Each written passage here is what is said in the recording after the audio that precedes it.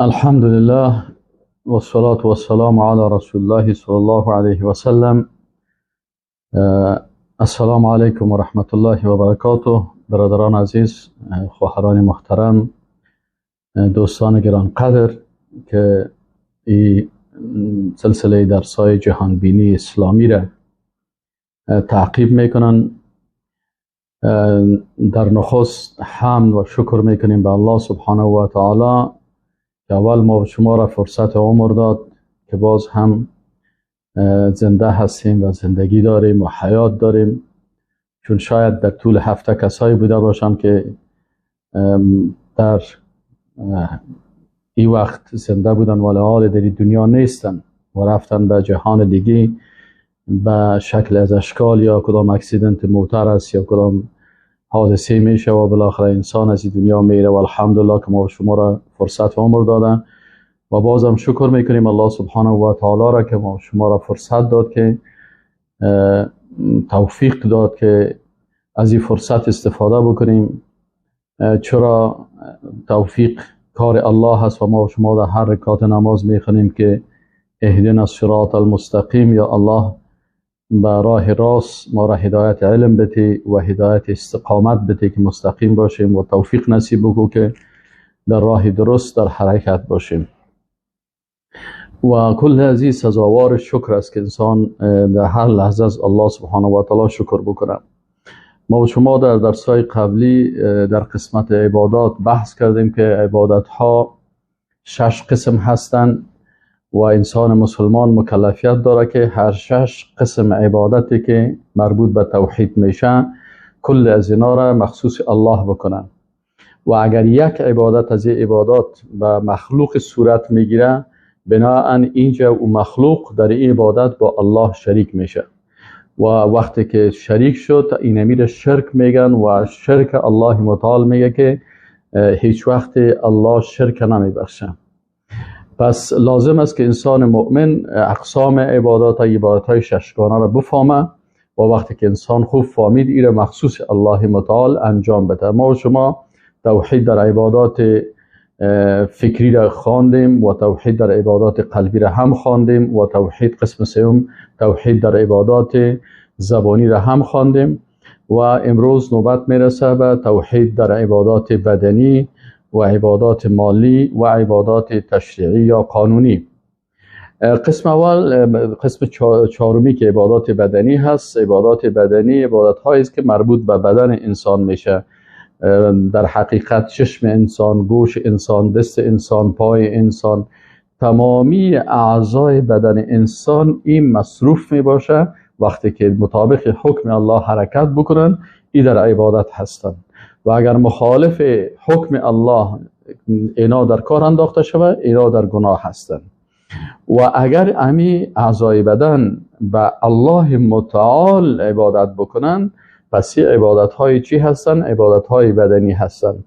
و تقریبا عبادت های بدنی چند نوع می باشه. نوع اولش توحید در نماز است. مثلا انسان مسلمان در نماز خود فقط نماز برای الله انجام میده و در آیت قرآن هم هست که الله متعال حکم میکنه که قل بگوی رسول الله صلی الله علیه و سلم برای مردم، برای مؤمنین که این صلات، نماز ما و نسکی و ذبح کردن حیوانات ما و محیای و زندگی ما و مماتی و مرگ ما لله خاص برای الله هست. یعنی من نماز خدا و عبادات خدا و مناسک خدا فقط مخصوص الله سبحانه و تعالی انجام میدم.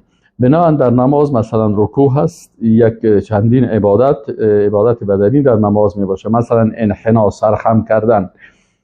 یک صحابی آمد به رسول الله صلی الله علیه و سلم گفت که انسان که یک دوست خود ملاقات میکنه، روبرو میشه، اینحنی له، آیا سر خود بر از او خم بکنه؟ ما شما میفهمیم که یکی خط مستقیم است که انسان مثل خط مستقیم هم تو راست می باشه و یکی خط منحنی هست. این خط که مثلا هم تو کج شده میره، زاویه را تشکیل میده، زاویه منفرجه، بالاخره زاویه قائمه و زاویه حاده. اینال در هر صورت اینمی خم کردن سر ولو که بسیار کم باشه، انسان اینمی که از خط مستقیم برای پیش یک مخلوق سر خود هم میکنه، اینمی رو انحنا میگه. و رسول الله صلی الله علیه و سلم گفت که باید انسان به یک مخلوق دیگه انحنا نکنه، فقط انحنا که از برای الله هست. و اگر بیشتر میشه که مثلا باز رکوع میکنه، الله متعال میگه ورکعوا مع الراکعین، یعنی شما رکوع بکنین به همراه رکوع کنندگان. و همین قسم سجده که است، اینا هم کلش عبادات بدنی هست که هر کدام از این مخصوص الله سبحانه و تعالی می باشه. و اگر کسی این عبادت ها رو به غیر الله میکنه، باز در اینجا او مخلوق به امرای الله در این عبادت چی کرده؟ شریک ساخته است. و ما شما سعی و تلاش میکنیم که امو عبادت خود مخصوص الله سبحانه و تعالی انجام بدیم. به این شکل مثلا توحید در قیام از خود امی استادن که از انسان مسلمان قیام میکنه در مقابل الله. طبعا ما و شما میفهمیم که قیام یعنی عبادت، خو امی از ارکان عبادت چی هست که انسان وقتی بر یک کس عبادت میکنه در مقابل از او بسیار اما تو با تواضع استاد میشه و بسیار عاجزی استاد میشه و در قلب خود از او کمک میخواه و در قلب خود به او امید داره و از او میترسه و از او تقاضای داره.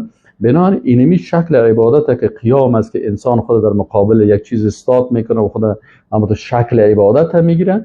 ای و غیر از الله و کسی دیگه چیز صورت نمیگیره. از این خاطر الله متعال همیشه ما و شما را توصیه میکنه به چی؟ به ای که ما باید اینمی قیام خدا هم چی کنیم؟ قیام خدا فقط برای الله بکنین. امن هو قانت آناء اللیل و آناء اللیل ساجدا و قائما، یعنی کسی که همین قسم نصف شب میخیزه قیام میکنه و سجده میکنه. پس اینی قیام چی هست؟ قیام هست که در عبادت است. یکی ایستادن عادی هست که مثلا یک کسی در مقابل یک کس دیگه استاد میشه یا به خاطر یک کار ایستاده میشه و در اونجا بر از او قصد چی نیست، قصد عبادت نیست و قصد تعظیم نیست و اینی چیزا هست. ولی در این قسمت انسان باید بسیار محتاط باشه که امو شکل عبادت در مقابل مخلوق. شما اگر دیده باشین مثلا بت پرستا در مقابل امو مجسمه بسیار به یک شکل ایستاد میشن که امو شکل عبادت رو ایره به خود میگیرن. پس از این خاطر انسان در این راستا بسیار محتاط باشه که نشه که مثلا این مخلوق با الله در این عبادتش شریک بسازه. و این قسم مثلا رکوع هست. رکوع و انحنا را قبلا من خدمت شما عرض کردم که این هم یک عبادت بدنی هست که انسان مسلمان باید فقط برای الله سبحانه و تعالی. و همین قسم سجده یک عبادت بدنی هست که انسان مسلمان فقط سجده را به خالق متعال میکنه و الله متعال میگه ولله یسجد ما فی السماوات و ما فی الارض، و مخصوص الله حتی تمامی مخلوقاتی که در آسمان ها و زمین هستند و الملائکه من دابه، تمام چیزایی که ما شما تا نمیفهمیم. و الملائکه و ملائکه و هم لا یستکبرون، ملائکه چقدر بزرگ هستند لکن کل از اینا به الله امو سجده میکنن و بعضش ما شما احساس و درک میتونیم و بعضش احساس و درک کردن نمیتونیم. پس اینا کلشان عبادت های بدنی هستند که انسان او را مخصوص الله بسازه. دیگه در قعده وقتی که انسان میشینه، قعده هم یکی از عبادت ها هست، شکل نشستنه که در اونجا شکل عبادت است. این انسان برای خالق متعال قعده میکنه، این هم یکی از عبادات بدنی هست که چیز شدن. قسم چهارم که ما شما خواندیم عبادت فکری بود، عبادت قلبی بود، عبادت بدنی زبانی بود، چهارمش بدنی بود و پنجمش عبادت های مالی هست. عبادت های مالی طبعا عبادت هایی است که تعلق میگیره به مال.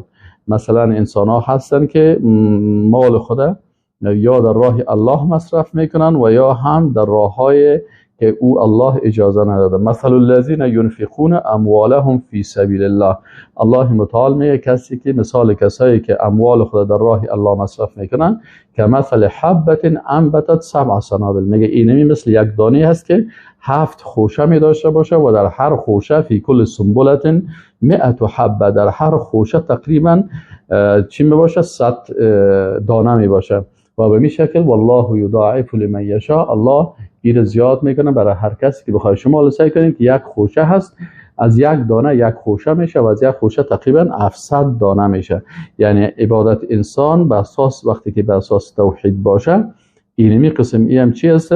این مالش که 1 روپیه را مصرف میکنه مثل که 700 روپیه را در راه الله مصرف کرده باشه. و عبادت های مالی یکیش نظر است که این نظر باید مخصوص الله سبحانه و تعالی گرفته شود. چرا؟ توحید در نظر چی است که این علما میگه افراد الله فی النظر. توحید در نظری است که فقط نظرتان به نام الله بگیرید. انال به غیر الله اگر کسی نظر میگیره، این شخص در این عبادت الله شریک ساخته، عبادت مالی. انال شرک مهم نیست که انسان مثلا کلش باید بکنه. اگر یک نفر 1% هم شرک میکنه در شرک مبتلا است و اگر 100% هم شرک میکنه در شرک این مبتلا هست. پس انال عبادت نظر چی است؟ عبادت نظر همی هست که انسان مسلمان همین نظر خودم مخصوص الله بگیره. و در قرآن عظیم شان گفته شده که مشرکین اینا چی میکردن؟ نظرهای مختلف داشتن. بعضی اوقات شترها را رها میکردن، میگه ما نظر کردیم برای بت‌های خود کس شیر از خوردن نمیتونه، کس گوشت خوردن نمیتونه. قالوا هذه انعام و حرث، حتی زمینای خود نظر میگذاشتن بر حجر لا یطعمها الا من نشاء، که هر کس خوردن نمیتونه به زعمهم. این بعضی چیزایی بود که اینا او را نظر کرده بودن که نامهای مختلف داشت و از این خاطر بحیره میگفتن، صائبه میگفتن، وسیله میگفتن، حام میگفتن. این انواع نظرهایی بودن که در عصر جاهلیت ایره یک کسی به نام عمرو بن لحی رواج کرده بود و ایره مردم نظر میکردن به نام بتها. از این خاطر نظر یک عبادت است و این عبادت باید چی شود؟ مخصوص الله شود. و همین قسم دوم در عبادت مالی ذبح است و یا نحر هست. ذبح است که مثلا گلوی حیوان قطع میشه و نحری نمیه که امو شطور نحر میشه. پس الله متعال در آیات قرآن میگه که فصل لربک وانحر. پس رسول الله صلی الله علیه و سلم فصل لربک. ببینید اینجا دو کلمه است، فصل لربک یعنی معنای چی است؟ پس تو نماز بخوان، لربک وانحر و نحر بکن، یعنی ذبح حیوان یعنی ذبح پرنده را هم مخصوص الله بکن. اینا ما و شما بسیاری کسا اگر بگوید یک فلانی نفر پیش روی یک بت یا پیش روی یک انسان برای یک انسان نماز خوانه، یک انسان استاده است، این میره در مقابل از این روی شام طرف است، قرار بر حضور رکوع سجده میکنه، همین برای انسان نماز خوانی چطور شد؟ میگی کافر شد، مشرک شد. خب این حال وقتی که انسان در مقابل یک مخلوق اگر سجده میکنه یا رکوع میکنه یا سر خود خم میکنه، پس این میگه این در شرک مبتلا شد. اما برعکس از او یک کس دیگه در مقابل یک انسان ذبح میکنه، مثلا پرنده را ذبح میکنه یا مرغ ذبح میکنه یا گوسفند ذبح میکنه. در عصر جاهلیت امو ذبح شرکی قسم بود که اینا مرغ یا پرنده را یا هر پرنده که می بود یا حیوانات شتر، گاو، گوسفند اینو می آوردن و در مقابل امو بت خود ذبح میکردن، باز خون از این میفتن امو پاهای بتهای خود میزدن. این یک عبادت بود و الله متعال ای آیت قرآن نازل کرد که فصل این رسول الله صلی الله علیه و پس تو نماز بخوان لربک بر پروردگارت وانحر و امی قسم نحر هم باید بر کی بکنی؟ بر ربت بکنی که الله متعال است.